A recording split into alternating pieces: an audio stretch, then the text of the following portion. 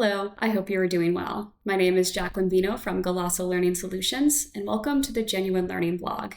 As some of you may know, the deadline for accounting firms to establish their new system of quality management is fast approaching. December 15th will definitely be here before we know it. So to help firms meet this deadline, the AICPA has updated its quality management practice aid, and it also developed a second new practice aid as well, focusing specifically on the monitoring of the firm's system of quality management. The AICPA has really done a fantastic job when it comes to developing these new and helpful resources. So let's go ahead and take a look at this updated practice aid. So here is the full title of this practice aid, as you can see here. And just to give you a little bit of history on this, the AICPA initially released this practice aid back in 2023, just to help firms get a head start on implementing SQMS 1.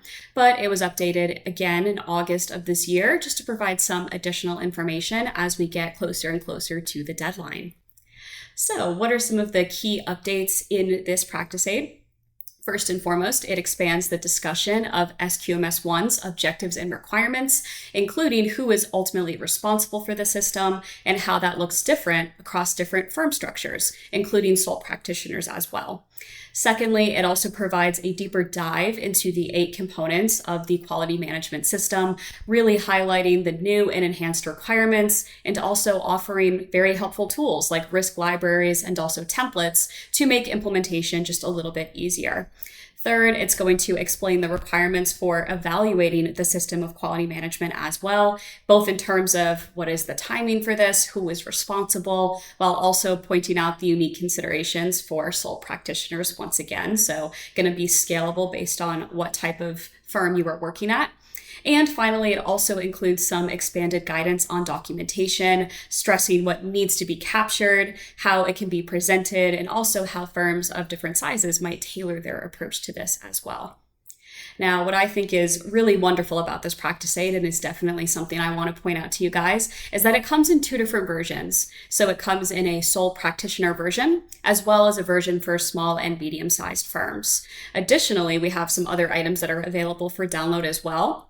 We have a library of quality risks and quality responses, again, based on firm size and complexity, which provides dozens and dozens of potential risks and related responses for your consideration and use. The practice aid is also intended to work in tandem with an example risk assessment template, which is going to provide you with just a really nice starting point for identifying the objectives, risks, and responses for each required component for a really robust and well-rounded system of quality management.